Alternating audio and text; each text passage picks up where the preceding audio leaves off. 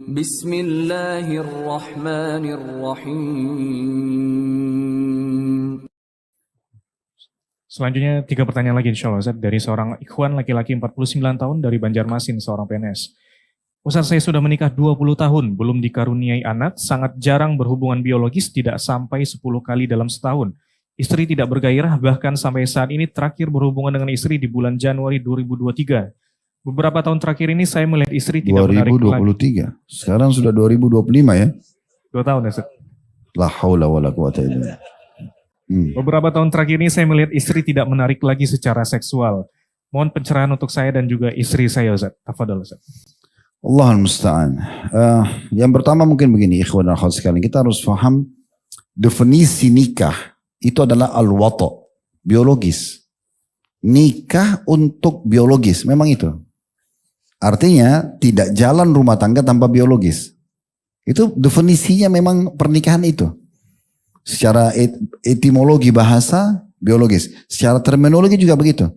Terhalalkannya hubungan biologis yang tadinya tidak boleh. Itu melalui akad nikah. Melalui hukum yang Allah SWT sudah tentukan. Jadi memang harus ada biologis itu.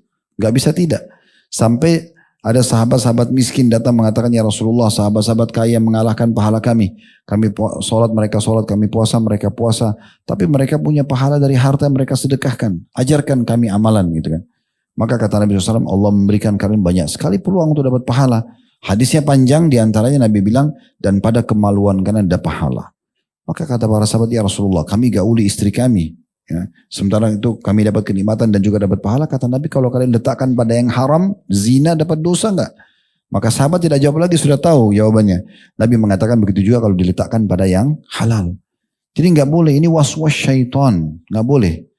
Ya, jadi tidak boleh sama sekali seorang suami tidak memenuhi kebutuhan biologis istrinya atau istri tidak memenuhi kebutuhan biologis suaminya kecuali punya uzur syar'i.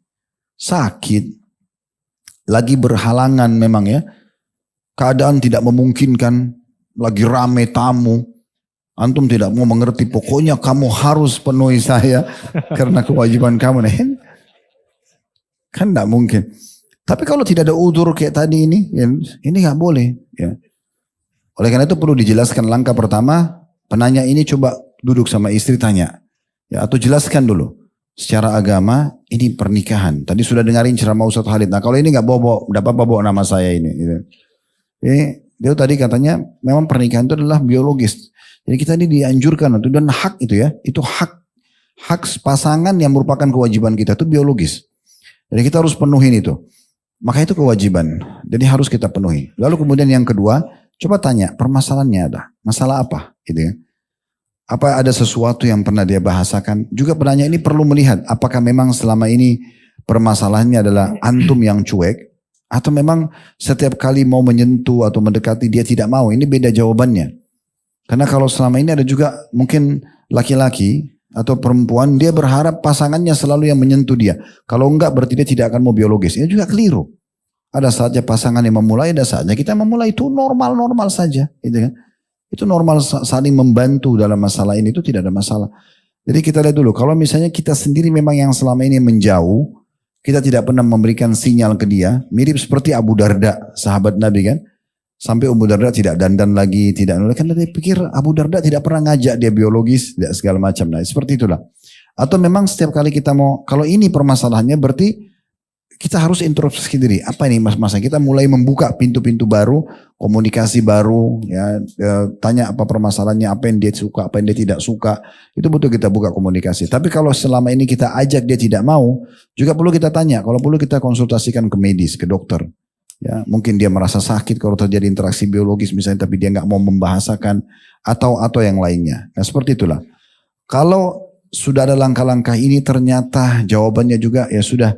Saya pokoknya sudah tidak mau biologis. Nah ini berarti sudah punya hak untuk melanjutkan rumah tangga atau tidak. Ya, karena orang berumah tangga cuma status apa manfaatnya. Biologis itu lebih dari 50%, persentasenya lebih dari 50% dalam rumah tangga. Bahkan 70%. Gak bisa luput ini. Dan kalau biologis sudah rusak, maka pintu syaitan terbuka. Pasti dia akan goda segala macam cara, ujungnya bercerai. Oleh karena itu tidak boleh dibiarkan. Allahu a'lam.